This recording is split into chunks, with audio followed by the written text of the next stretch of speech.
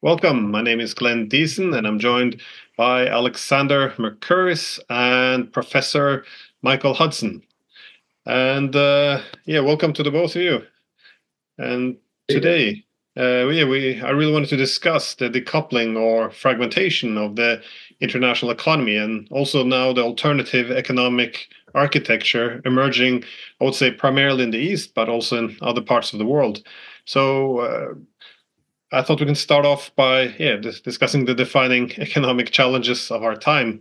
For those of us who were studying economics in the 90s and 2000s, the big talk was always economic interdependence. This was supposed to be the recipe for prosperity and peace. But these days, the rhetoric obviously has changed. Now, the main talk in town will be a new international division of power. So while in the early 2000s, the idea was, the United States would invent the iPhone and the Chinese could assemble it. This was the distribution of labor. But now, of course, China has climbed up these global value chains and it can effectively do both the invention of it and assembly. Meanwhile, Biden recently argued that if something is invented in the US, it should also be produced there. So it's a dismantling or repatriation of the supply chains going on. And we also see economic dependence being weaponized, I would say.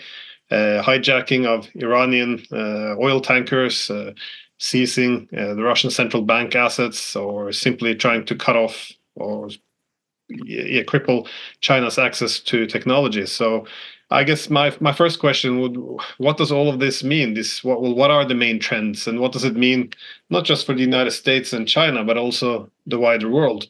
Will countries such as Germany, which was very much tied into this very liberal economic system, be crushed under the new political economy, or what do you see coming? Well, the United States was always for free trade after World War II, as long as it was the most efficient and strongest industrial producer. But now that it's not the strongest anymore, it's gone back to the protectionism that in the 19th century built up its industry to begin with. The problem is at this time, even though the United States and other countries are going protectionist, the United States can't reindustrialize like it could then because it's already overloaded its economy with financialization, corporate debt, personal debt, and privatized medical care, privatized education, the economic overhead of getting a job here, and the pay that workers have to get, not simply to eat and get clothes, but for medical insurance, for debt service, is prices America out of the market. So it really has no alternative but to be autarkic. But it can't be autarkic because nobody can see how it can reindustrialize. So there's a kind of rage going on here among economists. And just today, the Treasury Secretary Janet Yellen is going to China and said, "Well, we can't import." The solar panels anymore because China's government supports them, as if the U.S. government also doesn't support them and other countries don't support them. It's you're getting a travesty almost of the public statements of why America has to avoid imports from China, impose sanctions on Russia. But the result is there are going to be shortages all throughout economies that are following this withdrawal from international trade. That is very interesting. When you say that there's going to be shortages, will these shortages eventually become self-correcting? Because I was reading, actually, again, there's been a very interesting statement by the governor of the Russian Central Bank, Nabulina, who is, by the way, somebody who I think personally, emotionally, was very wedded to the neoliberal, open market, unregulated economic model. She is absolutely astonished at what the actual effect of the push to kind of enforced protectionism in Russia has been. And in this statement, she says that what's actually happening, and she says, I can't explain it, this is astonishing to me, is that investment is rising, consumer spending is rising, wages are rising, and in conditions of an investment boom, production is expanding. She says, I don't quite believe this. I worry that the economy, our Russian economy, is growing faster than capacity, that it's going to burn itself out in some way. I mean, it's a very strange statement, both confident in some respects, panicky in others. This can't be true. I mean, but is that actually what is going to happen? Because this system of everybody being linked up in a single economic system actually has been, I think, a relatively recent thing in terms of, post-British Empire time. Will, in fact, the fragmentation actually, in the end, lead to a more diverse economic landscape and a more balanced one? I'm just wondering, because Nabulina is now perhaps, I think, starting to her own astonishment, wonder whether that might happen in Russia itself. Well, economists love to use the word self-correcting, because if economies are self-correcting, you don't need a government.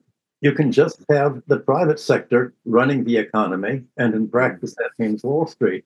But there's no way that the American economy can be self-correcting without a few decades of new investment. You'd have to reinvent the educational system. You would have to take public health into the healthcare into the public domain, so that you could lower the cost of living, so that employers wouldn't have to pay such high wages. You'd have to provide freer education, so that workers don't graduate into the labor force with so much debt that they need high enough wages to pay the debt, and even so can't afford to buy houses. The America, and also I think Western Europe, has painted itself into a corner that is now systemic. The whole trend from 1945 to today, all of these 70 years have built up such rigidities that there's no way that you can break them down. And the idea that somehow there's a government policy that can fix things won't work either, unless it's so radical a policy that it won't be the current economy anymore. And nobody's talking about the need for structural change. They just avoid talking about the debt problem, talking about what makes America high cost. And then, of course, there's the war spending. Well, you mentioned the rent seeking as something that makes America very uncompetitive. Obviously, having all this, not necessarily oligarchs, but people extracting money through through the way the economy has been financialized, intellectual property, land rights, technologies. This obviously is a burden for the productivity and competitiveness of the United States. But there's also a sense of a rent seeking internationally through these monopolistic positions. So again, when you have a monopoly in certain areas, obviously this has economic influence, economic consequences in terms of the high profitability, but you also have the ability to extract political influence when there's a position of economic monopoly. Because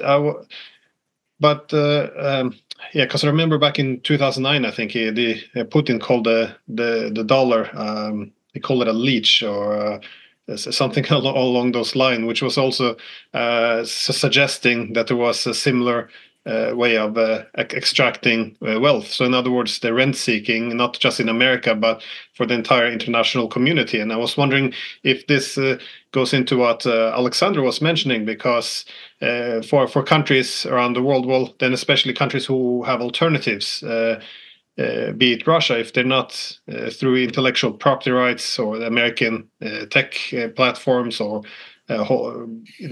debt, banks, the use of the US dollar. If they don't use all of this, would it result in less efficiency, or would it be essentially saving themselves or liberating themselves from rent seeking from the United States? Would this have anything to do with it, you think? You put your finger on it. The official U.S. position, it recognizes that it can't be an industrial exporter anymore. Though how is it going to balance the international payments to support the dollar's exchange rate? The solution is rent seeking. That's why the United States says, well, what's the main new rent seeking opportunity in world trade? Well, it's information technology and computer technology. That's why the United States is fighting China and so much, and why President Biden has said again and again that China is the number one enemy. It moved first against Huawei for the 5G communications, and now it's trying to get Europe and American and Taiwanese exporters not to export computer chips to China, not for the Dutch to export chip engraving machinery to China. There's a belief that somehow the United States can, if it can prevent other countries from producing high technology intellectual property rents, then other countries will be dependent. And rent seeking really means dependency of other countries if they don't have a choice to pay you much more money than the actual cost of production. That's rent, price over value. Well, the United States, since it can't compete on value because of the high cost of living and labor here, it can only monopolize rent. Well, China has not been deterred. China's leapfrog over the United States and is producing its own etching machinery, its own computer chips. And the question is, what is the rest of the world going to do? Well, the rest of the world means, on the one hand, the global majority, Eurasia, the BRICS plus, and on the other hand, Western Europe.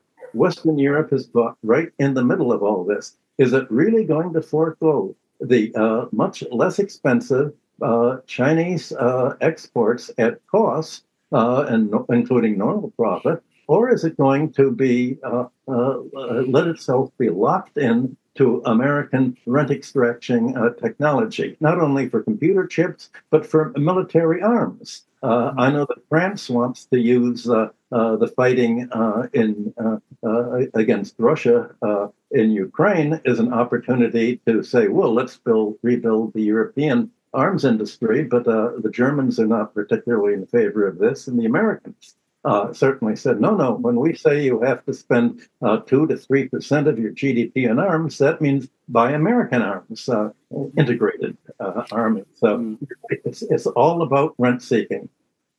It's also presumably the reason why we have never succeeded in creating our own social media type infrastructure in Europe. We have no European equivalents to Google or TikTok, which we're hearing so much about, the Chinese TikTok, or Facebook, or anything like that.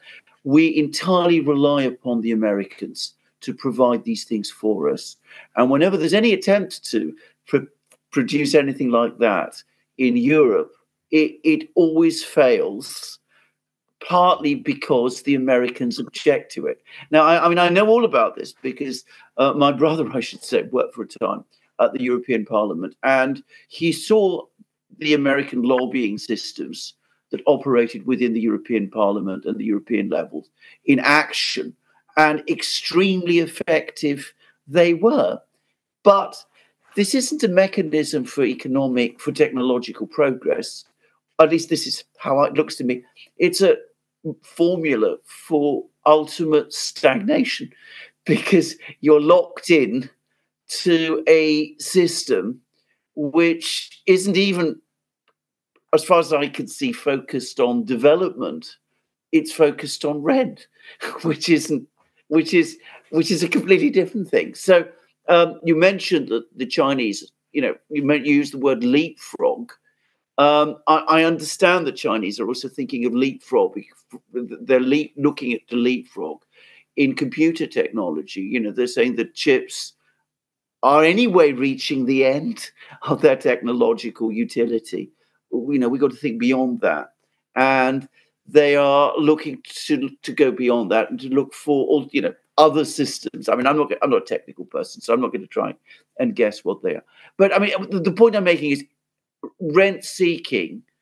It seems to me what it ultimately causes is technical stagnation. Or am I getting this completely wrong? There's also a geopolitical consideration here, and that's Europe's role in America's war against China. Again and again, as I mentioned, President Biden has said China's the number one enemy, and it's going to be a 10 or 20-year fight. He says, well, if it's a 20-year fight, how do you line yourself up for this? Well, they said the first thing we have to do is to separate Russia from China, because as long as they're together, they're a critical mass that can sort of dominate the Eurasian continent and outclass the West. Well, in order to do this, to sort of prepare for this fight against Russia and China together, and driving Russia apart from China, the U.S. says the first thing we have to do is solidify our control over our satellites. And that is, the main satellite is Europe, of course. How does it? And that was what the war in Ukraine, the Ukrainian attack on the Russian-speaking Donbass and Luhansk territories was. By starting the war in Ukraine in 2022, the United States could then depict Russia's protective response, protecting its Russian-speaking population, as an attack, and have Germany and Europe impose sanctions. The sanctions that were imposed in Europe were a windfall for Russia, as I think we've talked before. The sanctions were the equivalent of protectionism for Russia. If you don't export food and manufacturers to Russia, they have to do it themselves, and they've done it. The effect of the sanctions all fell on Western Europe, and specifically on Germany. And you have the German deindustrialization there, the chemical industry, the steelmaking industry, and the heavy industry that had been the buttress not only of Germany's exports and balance of payments, but the whole Eurozone's balance of payments. Now this is gone because not only German industry, but French, Dutch industry, Belgian industry, they're all forced into a dependence on the United States, not only for liquefied natural gas, talking about rent seeking, but for arms and for industrial products that can't be produced at home. So you have German factories moving to the United States. What's going to happen to the German labor? Are they going to follow the factories? Unlikely. Are they going to go to China? Because that's the other alternative. What is going to happen? So you have Europe basically shrinking, although even as it's shrinking, it's becoming a larger market for American gas exports, arms exports, and other exports. The squeeze is going to be on Europe industry, and the question is, how long can Europe decide, well, we'd rather be an American satellite than enjoy the mutual investment and trade that we were doing with Russia and China? How long are we going to not make an economic decision? I mean, there goes the materialist approach to economics. The idea is that foreign policy is supposed to be what helps your economy grow. And how do you explain Europe not following this? And how long can an economy follow, a nation follow a policy that is against its economic interests and results in protests? This is This is what I find so strange with the absence of discussions around what's happening to the economy in Europe, because the whole, well, not the whole, but a large part of the idea of the European Union after the Cold War was, after the Cold War, you had one center of power, and then primarily the United States. But the whole, a big part of the idea of the European Union would be for the Europeans to, with collective bargaining power, effectively establishing some symmetry with the United States. So we would have collective hegemony, the dominance of the West, but then with two pillars, the US and Europe. And this, but to forget that there's a component there, both competition as well as cooperation. These days, all I hear is, we're allies, we're cooperating, as if there's no that the Europeans don't have their interests, which are separate from that of America, and often even in conflict. And I also, a lot of what you're discussing, it makes me think of Yanis Varoufakis, the former finance minister of Greece, because he hasn't only discussed the issue of energy and intellectual property rights, but he's focused a lot on technologies lately, given the growing role of these digital giants. And his main concern is that, well, effectively Europe's finished, because as you see that these digital giants get a greater and greater role in the international economy, the Europeans, they don't have any of their own. As Alexander said, there is no equivalent of Google or Facebook or any of these large ones, Amazon for that sake. But the Chinese and Russians, they do have theirs. And I think this has been part of the curse, that because United States is an ally, it is a friend, if you want to use the word friend, it has created less urgency to create our own technological sovereignty. So I think the acceptance of developing this dependence on the United States, it's the curse of being allies, if you will. And now we see, as Varoufakis argues, he says there's no chance for Europe anymore. We will now be permanent. The US will be a rent seeker, and our economy will become less and less competitive as wealth is extracted out. So Well, Glenn, you begin by talking about symmetry, and then you change the word to the more appropriate dependency. Dependency is the kind of symmetry that America wants. It's not an equal symmetry. It's an asymmetrical dependency. That's what dependency is, and that's the aim of U.S. policy. The rent payer and the rent seeker, and essentially they're trying to for America's trying to do to Europe what England did with the sterling area before 1945, locking its colonies and Argentina's holding of sterling into purchases of sterling exports. Well, that's what dollarization is coming to mean, certainly for Europe, and that's why the global majority is trying to de-dollarize to get. They don't want that kind of symmetry. But sorry, again, the reason I use the word symmetry is Albert Hirschman in the 1940s used this word specifically because whenever we talk about economic interdependence, it's treated as an absolute gain. So both we might be mutually dependent, but one is always more dependent on the other. And when you have asymmetries, you can have greater economic prosperity, and also this can be converted into political influence. And this is often where the economic competition finds its place. That you want others to be more dependent on you, while you want to reduce your dependence on others, because then the whole dilemma of losing some autonomy versus gaining influence is skewed to your favor. So you maximize autonomy and influence and economic prosperity. So I think the symmetry is an appropriate language often, because you would like one side to be more dependent than the other. Then it becomes, you don't want it, but then you get this exploitative relationship almost. Sorry, Alexander, I cut you off again. No. Perhaps we could hear what Michael has to say.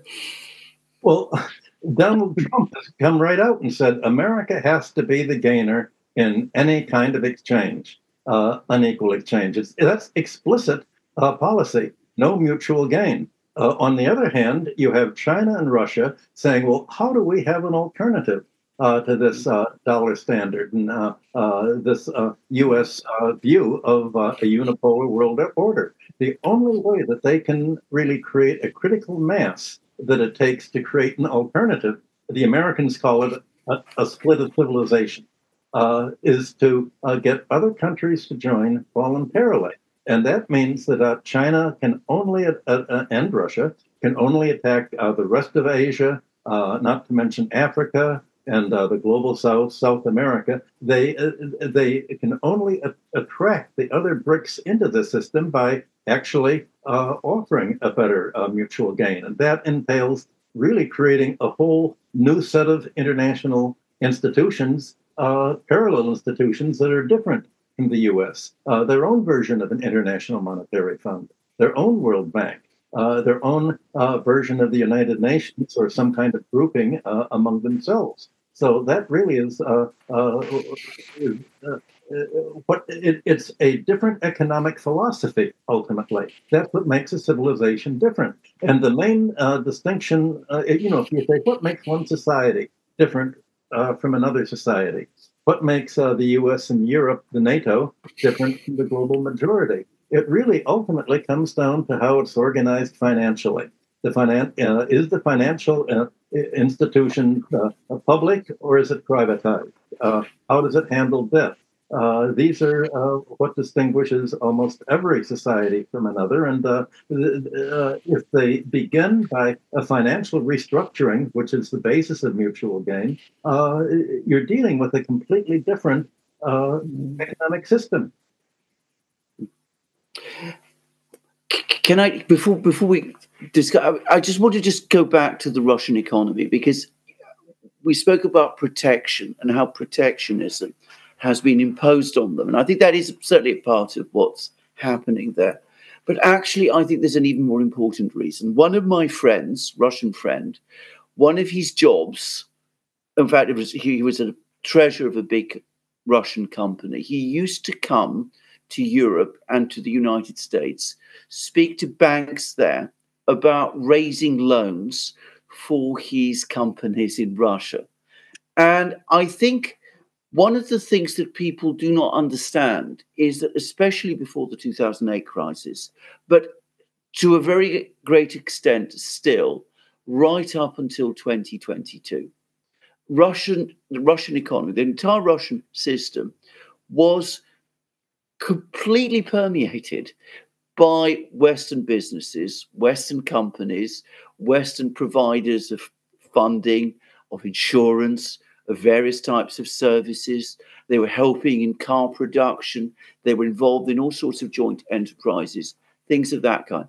And the money that all of these projects were making was, of course, flowing back to Europe, principally to Europe, less to the United States. So it was, in effect, rents. The rents were being paid by the Russians to the Europeans. 2022, that all stops. It stops completely. And suddenly, there is a huge amount of more money in Russia because the rents are not moving westwards.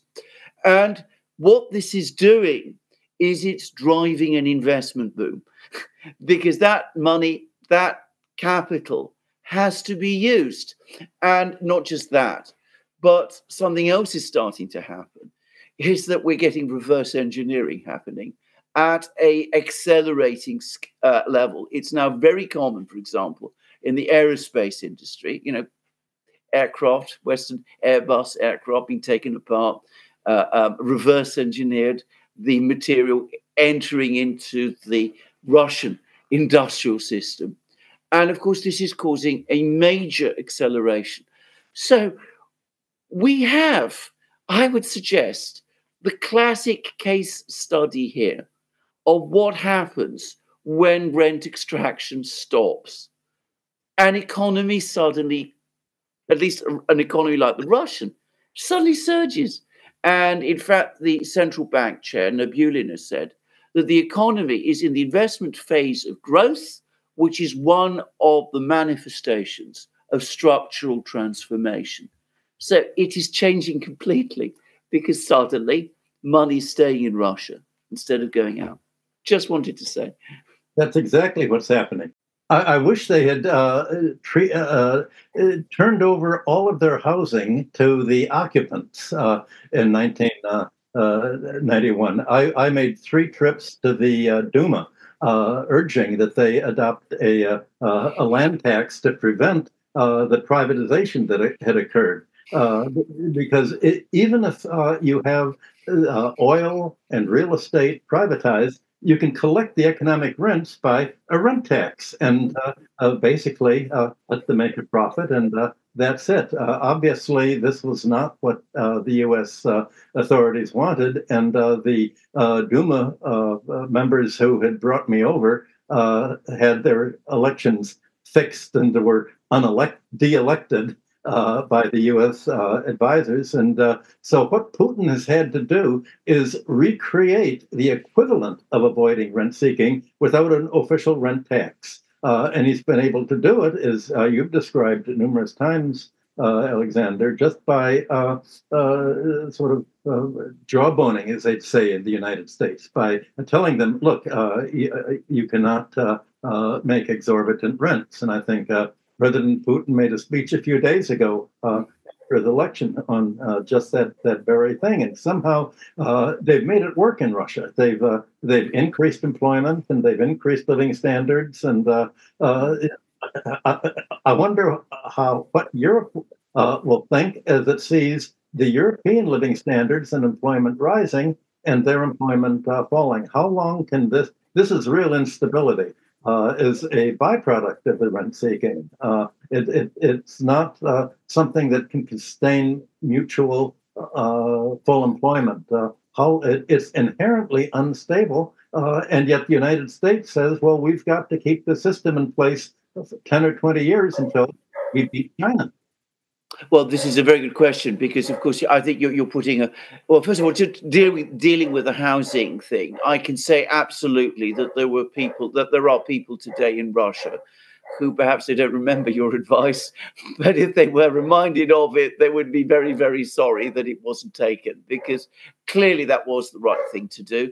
And I think Putin himself would probably agree with you about this. I mean, he's very, very focused on keeping housing costs as low as possible and in getting housing built, mass housing. And the priority there in Russia is mass housing, cheap mass housing, not expensive real estate, which runs up very high prices. Now, this is something which I think they've come to gradually without really understanding or thinking through, but it's often that way in Russia, to be honest. But the big event that we might be looking forward to at some point in the next 10 years is the point where it suddenly dawns upon people in Britain, Germany, Russia, that for the first time that anybody can remember, the people in Russia are better off than we are in Western Europe. Now, I mean, I'm not saying that's necessarily going to happen exactly like that, but that would be a revolution of perception.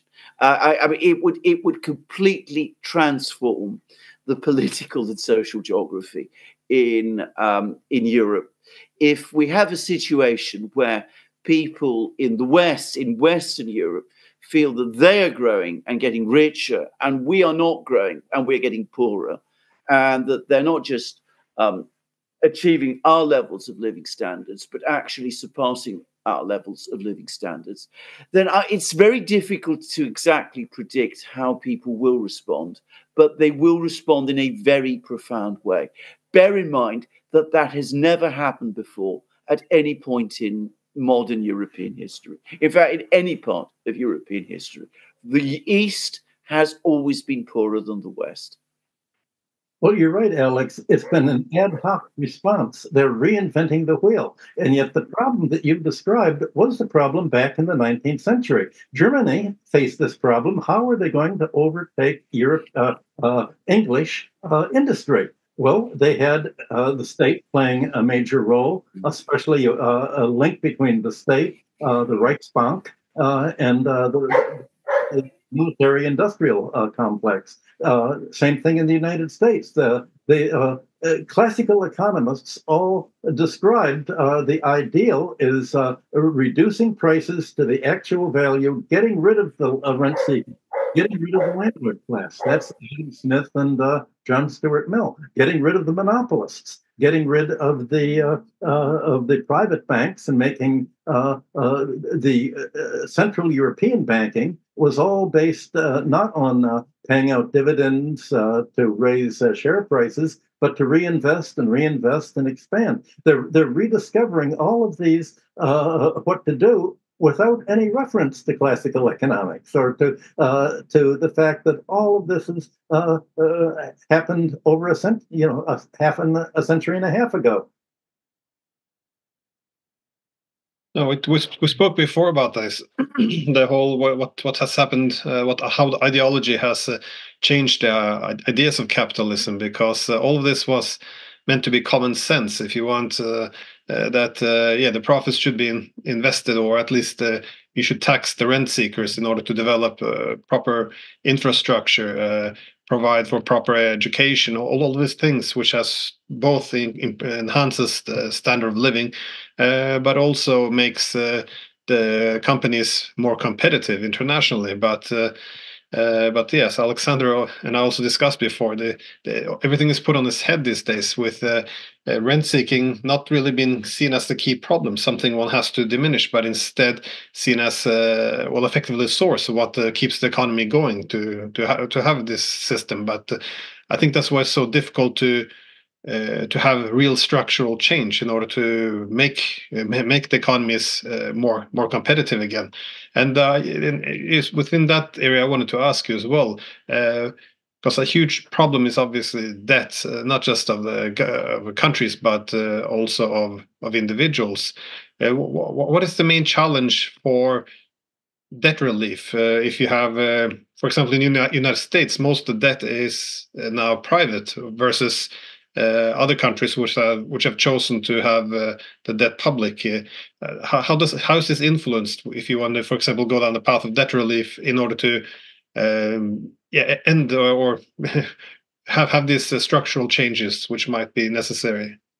Well, there are two developments in personal debt that have happened in the last 3 months. First of all, credit card debt has risen very sharply. The interest rates are now 20% for the regular interest, and over 30 to 35% for the penalty fees. And now pawnbroking has gone way up. There's been a huge increase in pawnbroking.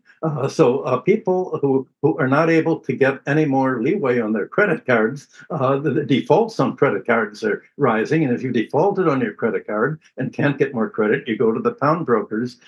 This is why you have the Democratic economists like Paul Krugman saying, why don't Americans realize how wonderful an economy President Biden has made for them? Why are they not supporting Biden? Well, it's because the economy seems to be doing very well for the campaign contributors to the major political parties, but for the 90% of the population, they're really being squeezed by the combination of the debt and by the inflation that's forcing them up, and by the increase in housing costs is the other great squeeze that's happening. So how can you get a structural change for that? The only way that you can have a structural change to a debt problem is to wipe out the debt. Now, they've tried, President Biden, who was the author of forbidding student debtors to wipe out the debt by bankruptcy, to lock them in, say there's no way you can get bankruptcy, we'll take all of your Social Security and your parents' Social Security for this. There's no way that you can have a structural solution without writing down the debt. But how can you write down the debt without hurting the banks? The banks are already suffering from the debt of the commercial property. in the United States. There's a 40% vacancy rate for commercial property. Imagine if you're a banker, what do? You say, well, we're going to just postpone it. We're going to roll it over. We're going to keep, just lend you enough money to pay the interest. Well, that's how Edward III got by in the 14th century, until finally he couldn't pay, and the Frescobaldi went under, and then the party in Peruzzi. We have 8 centuries of trying to solve the problem by postponing, but without, there's no one even talking, except us, I guess, about the structural problem of the debts can't be paid. Just like in 1931, the world realized that German reparation debts and inter-allied debts couldn't be paid. There was a moratorium. But how are you going to get a moratorium on personal debts and corporate debts that are going under? Well, China doesn't have that problem because China, the debts are owed to the government. The government can write down the debts to Evergrande and to real estate companies that can't pay, and they don't tear down the buildings. The buildings aren't sold. Everything goes ahead. But when the debts are owed to the private banking system, it's in trouble. And the banks, you pointed out, Glenn, the banks are the protectors of the rent seekers. They've joined as their lobbyists because the rent seekers borrow money from the banks to buy a rent yielding operation and pay the rents they're paying interest. You have the finance, real estate, insurance, and monopolies all together, pretty much controlling the donor class and controlling the election politics. You have a quandary. A problem has a solution. A quandary doesn't. And the only solution to this quandary is so radical a structural change that it's not even being discussed on the horizon. Not just a radical change, but perhaps even in some ways a revolutionary one, because what it amounts to is a fundamental change ultimately in the structure of power. I mean, you have to get into a situation where the beneficiaries of the system, who have an interest in perpetuating as it is, essentially lose control, and those who are in effect exploited by it are able to basically push back and to restructure the system completely in their own interests, which is a revolution in effect. I mean, this is language, by the way. I mean, I've noticed, by the way, that I don't know whether this is the case in the United States, but in Britain, the word exploitation never appears anywhere today in media. It is not ever used in politics. It is not used at all, as far as I understand it, in discussions amongst economists. I wonder whether this is true in the United States. But anyway, I mean, it is a revolutionary change. You said the word. You're absolutely right. I was curious, though, what are the possible alternatives? Because the key problem everyone seems to, most of the world appears to be waking up to, which is that the current economic system, organized almost solely around the United States, is beginning to fracture to a large extent because of the debt. But of course, making the matter much worse is also, as the United States' position in the international economy weakens, it becomes much more likely to use its administrative role in the international economy to prevent the rise of alternative centers of power, so effectively weaponizing all dependence on the United States. But so you have all these countries, adversaries of the United States, be it Russia or China, but also friends or allies, India, Turkey, the Saudi Arabia, the other Gulf states. They all want to find alternatives. But what are we talking about, and what are the main alternatives? Is it only because I've spoken to some who argue, BRICS, they wouldn't be able to come up with a common currency. They would have to do something else. The tech center, if you have new centers of technology, it wouldn't be centralized in the same way around one country as it was in the past. But again, all of this is BRICS the main institution to push forward a new economic architecture, or if so, what would it actually look like? Well, there is no alternative except a revolution, but we're not in a pre-revolutionary situation. So what do you do if, when you say, is there an alternative, you mean an alternative to revolution? But if what's called for is a structural change, ever since 1945, as I said, there's been a steady buildup and it cannot be sustained. What do you do if economies are on the wrong track? How do you change a track, especially if you have the vested interests controlling the electoral system so much that they really block any kind of third party from the duopoly that's developed? How do you solve the political problem that is protecting the economic quandary? Nobody's been able to solve that problem short of a revolution. And yet it's not, people aren't ready for it. They're blaming themselves. It's a blame. We're in a blame the victim, blame the debtors for being impatient, for over-consuming, for not saving enough, while not giving them an opportunity to have a job that enables them to pay the cost of living and build up a savings. The alternative that the Democrats and Republicans are talking about, well, let's stop Social Security.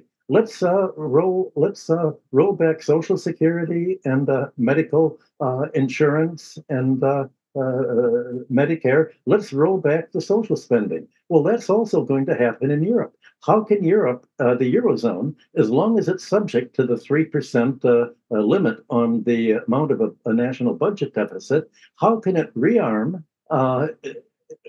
as if Russia's going to invade? This myth that somehow Russia wants to reestablish the old Soviet Union, where what Russia couldn't possibly afford to, even if it wanted to. There's no recognition that Russia's already said, let Europe go its own way. We're turning east. You don't want us? Well, we don't want to go where we're not welcome. I think President Putin said those very words. They're sort of leaving Europe alone. It's left all by itself with nowhere to turn, either except the United States or to redo the whole geopolitical alignment.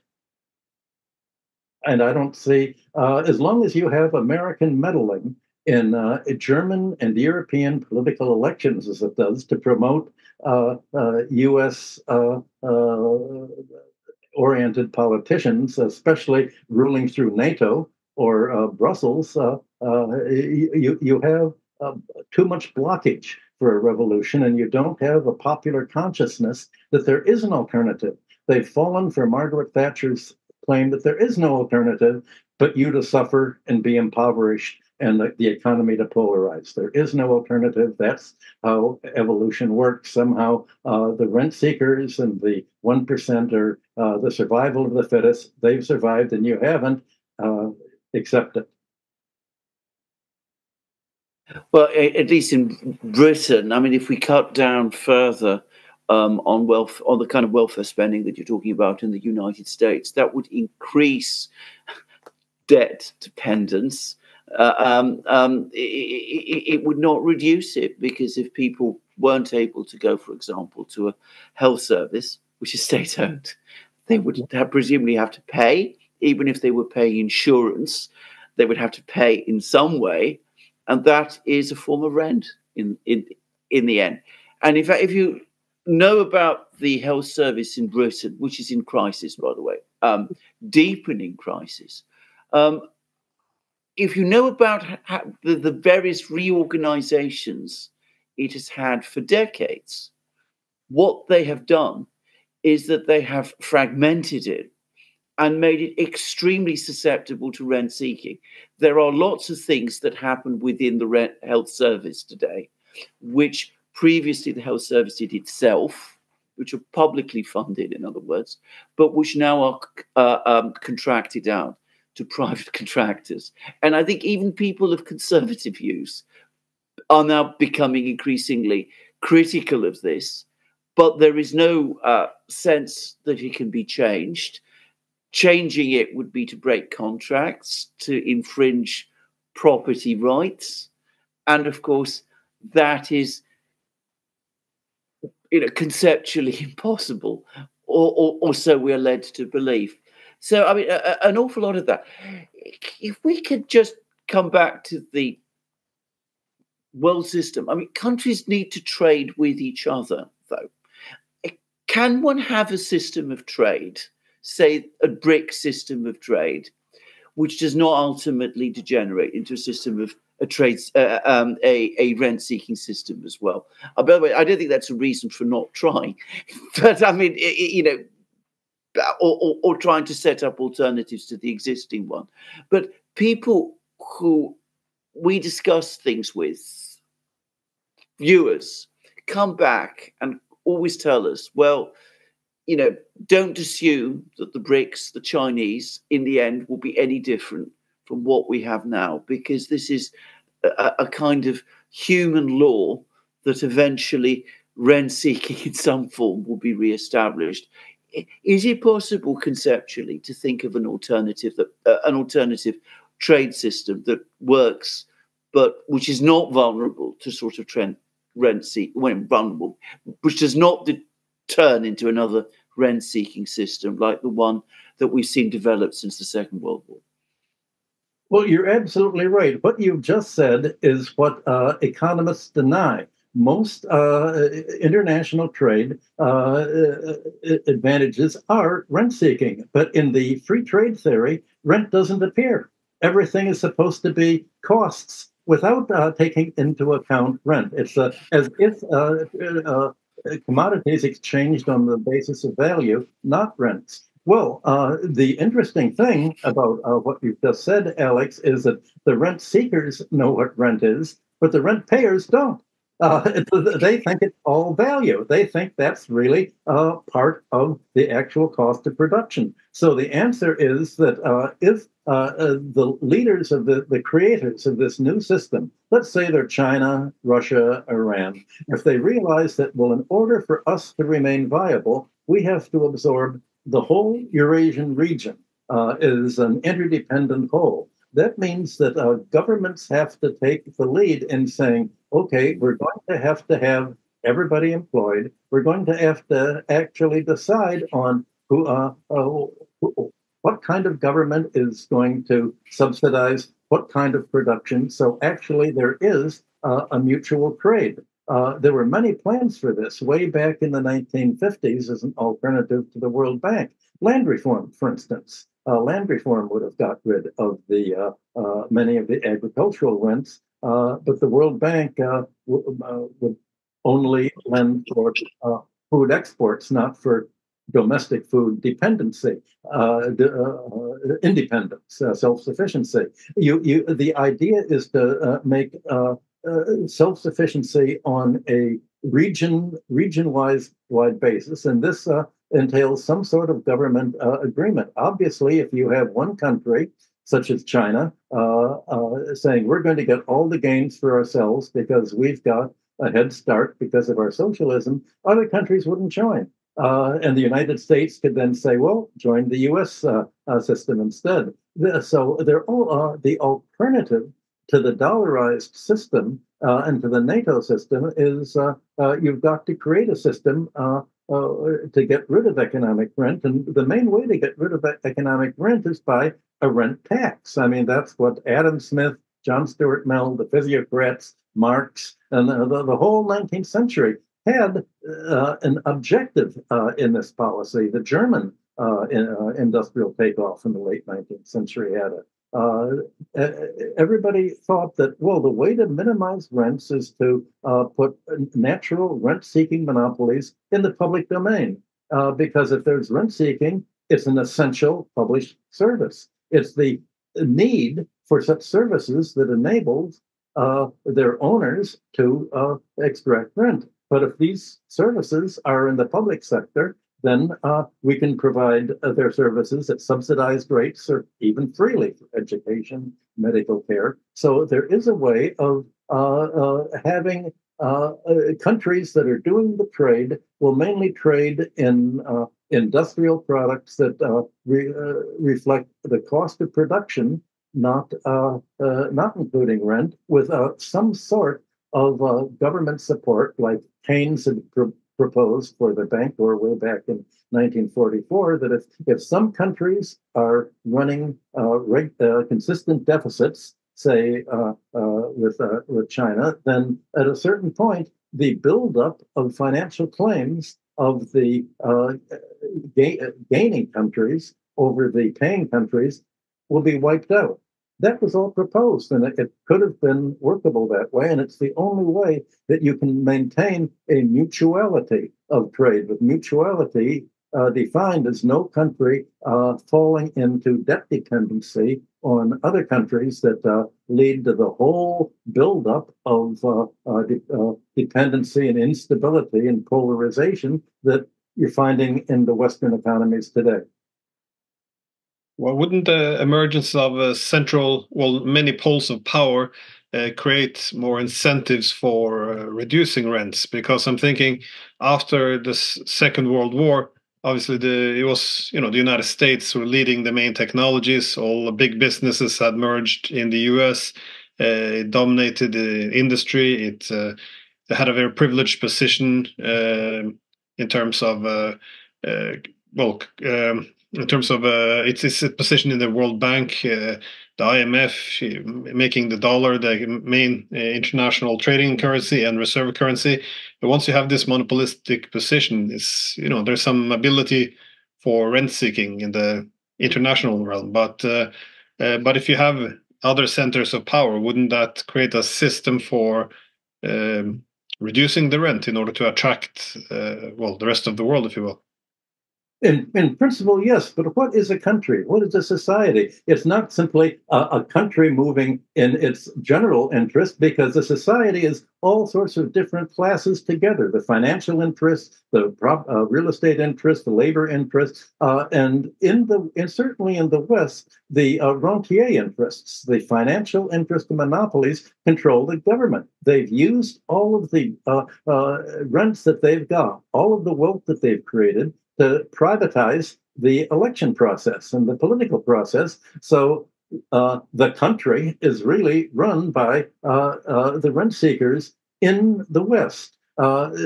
China has let billionaires develop, and the same thing in Russia. Russia and China have let billionaires develop, but they can still say, well, you can make a given amount of money, but beyond this, you're going to have to pay it back into the economy one way or another, either through taxes or just we're going to take over. You're just too big to become a separate power. If you have a socialist government like China, or even Russia, and saying our job today is not to let an oligarchy develop that will destabilize our economy. And I think that's what Putin has said. We had an oligarchy under Yeltsin. We're not going to let that happen again. That's our policy. Same thing with China, saying that when you have President Xi saying houses are to live in, not to make a profit from or rent from. Industries produce goods, not to create fortunes for an independent oligarchy. Then you prevent a self-interested rent-seeking class from developing in the first place. And that has to be done by increasing the role of the public sector with a very clear economic analysis of what economic rent is, how to calculate it. And it's not hard to calculate, certainly for real estate. It's easy to look at a balance sheet and cost and expense income and expense statement and realize how to stabilize things. But you actually have an economic doctrine underlying this political realignment that you correctly say is the ideal, and it's the ideal because it's the only way of creating long-term stability. And sorry, Alexander. No. Well, I was wondering about what advice you would have for Europe, because obviously Europe can't develop the same strategic autonomy as be it the US or China. And I think in this situation, Europe has made itself extra vulnerable because in a conflict like this, the Europeans become even more dependent on the United States, having sent a lot of its arms to Ukraine as well, and having this now tensions with Russia. Europe is even more dependent on the US before, which it allows the US to wield more influence in terms of asking the Europeans not just cut themselves off Russian energy, but also now more pressure on cutting themselves off from the Chinese. Now, if you don't have strategic autonomy, the second best thing would be at least to diversify your partnership to make sure you don't become excessively dependent on one state, such as the United States, as you would say, it can take advantage of this. But at the moment, as Europe goes down this rabbit hole, we see now relations with China going from bad to worse, and the Europeans are just making themselves more and more dependent on the US, and obviously the economy will continue to falter. But this we have very little discussions about it. As I said before, it's all ideology. It's we're all democracies on the same side fighting for freedom. So none of this rivalry between the Europeans and Americans actually pop up in the discourse. So which is why I wanted to ask you, do you have any advice for the European economies how they should navigate themselves out of this? Because any goals of having parity with the United States is long gone now, I think. Well, who would have thought 10 years ago that it was the right-wing parties that are advocating along the lines that you've just described, and that it's the so-called left-wing parties and ostensibly the Green Party, the environmental parties that are the war parties and all for dependency against this kind of independence. You do have Sarah Wagenknecht leaving the Linke Party to join with Alternative for Deutschland to create an alternative. But the response by the German government is, let's ban these parties. These parties are opposing, what we're doing. So yes, of course, there's a solution, and it would somehow the right-wing parties that are trying to play the populist card and saying Europe has to be economically independent of the United States. We can all get full employment again if we're independent, but they can't get independent without restoring the investment and trade opportunities with Russia, China, and Eurasia. But they've already cut them off. And on what terms would Russia, China, Iran, and other countries accept Europe into the kind of BRICS plus set of institutions that they are trying to create? How can they trust Europe not to have a retrogression and a counter-revolution and be pulled back with yet another U.S.-sponsored regime change in the European countries that's going to block all of this? So there has to be a consciousness in Europe that they've lost control of their politics and that they have become essentially politically colonized by the United States via NATO and by the war spending. Europeans would have to, number one, realize Russia has no economic advantage by invading us. It would have to bear all the costs of bailing us out. Russia's going to instead say, you have to bail yourself out.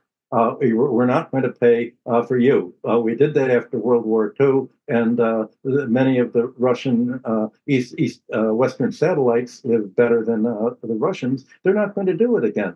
So how do you, if Russia's not going to invade Europe, you don't need a military expense except for the Denmark solution back in the 60s. You have a telephone with an automatic answering service saying, we surrender.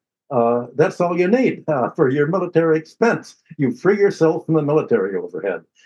You remake an economics curriculum that revives the concept of rent seeking. This is not something that's taught in neoliberal academic universities today, either in Europe or the United States, except in the business schools telling new business people how to extract more economic rent from the rest of the society. So it's a combination of re-education, of political realignment, in recognizing that the terms right and left no longer have any meaning for the financial sector or rent seeking. What we're talking about economically goes beyond the 21st century's idea of right and left, and is much more like the 19th century's concept of this. Europe has to rediscover the mid 19th century for this to happen. A very challenging thing for the Europeans to do. I mean, I speak for Britain, to some extent for Germany, which I know. I mean, Britain, I think a very widespread sense of demoralization, great sense of depression, a sense that options are being closed down, and, you know, a sense that we don't quite know what to do in a situation which is going downhill. But the political system is still strong enough to prevent the kind of discussion that you are talking about. I'm going to just finish on an optimistic note, which is I don't think this is sustainable, actually. At least, I mean, in Britain, I don't think it is. If you spend any time talking to people in Britain, I speak to lots of people in Britain, there is a great widespread sense that things have to change. It's just that people don't quite know how to change. And that's actually a hopeful thing, because when people start thinking that things have to change, then they do start to say to themselves, well, let's actually look for alternatives which the current system is not providing. So that's I'm slightly more optimistic, but at the moment things look very bleak. I think in Germany, where this has come on much more suddenly, there's still quite a distance from that point. And I think for the moment, the political class there is very much in control, despite whatever Sarah Wagenknecht and the AfD are trying to do. This is my own view. Anyway, there we go. Those are my last thoughts. Just one last thing to Michael Hudson. I know you're interested in ancient history. I've always felt myself, as somebody who knows classical history, that the fall of the Roman Republic was principally a debt crisis. It was precisely the kind of debt crisis that we've been talking about, rent seeking, getting out of control, causing enormous problems within Roman society. And of course, the classic book about the fall of the Republic, which we all used to read, by Ronald Syme, is entitled The Roman Revolution. So a kind of revolution did happen there. So, revolutions are not impossible. So we're both optimistic. There's going to be a revolution. Yeah. Yes. Yes. Yeah. There is a solution. There is a solution. There always is. I mean, human history isn't going to end in a complete stop. It doesn't happen like that. I mean, there might be all kinds of problems and bumps along the way, some probably pretty horrible bumps. But things don't just come to a stop. If something is unsustainable, it won't be sustained. The challenge is to make sure that when the change does come, it is not as chaotic and as dangerous as it might be. And the way to do that is to prepare in advance and to think through, understand what the problems are and how to address those problems, and then what to do beyond the point where those problems have been reached.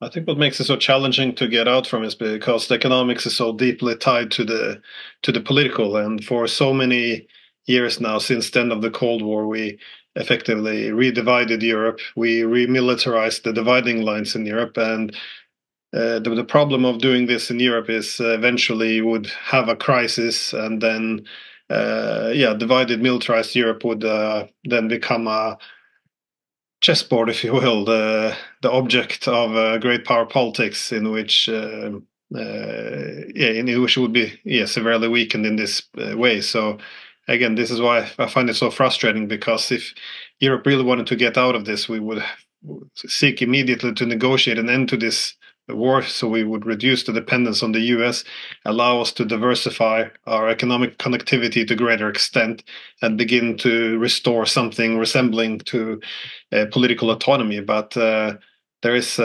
none yet. So but again, I have some optimism as well that if can just get this horrific war to an end, there might be some opportunities to rethink some of the policies and some of the wrong paths we've chosen.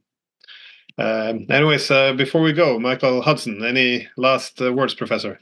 Well, just to comment on what you just said, that there's a new Cold War underway, and the United States has started it against China, and because it's against China, it's against Russia, and because it's against Russia, it's against Europe. So there has to be a recognition that does Europe really want to be a part of this new Cold War, or does it want to have a different direction? That's really what we're talking about.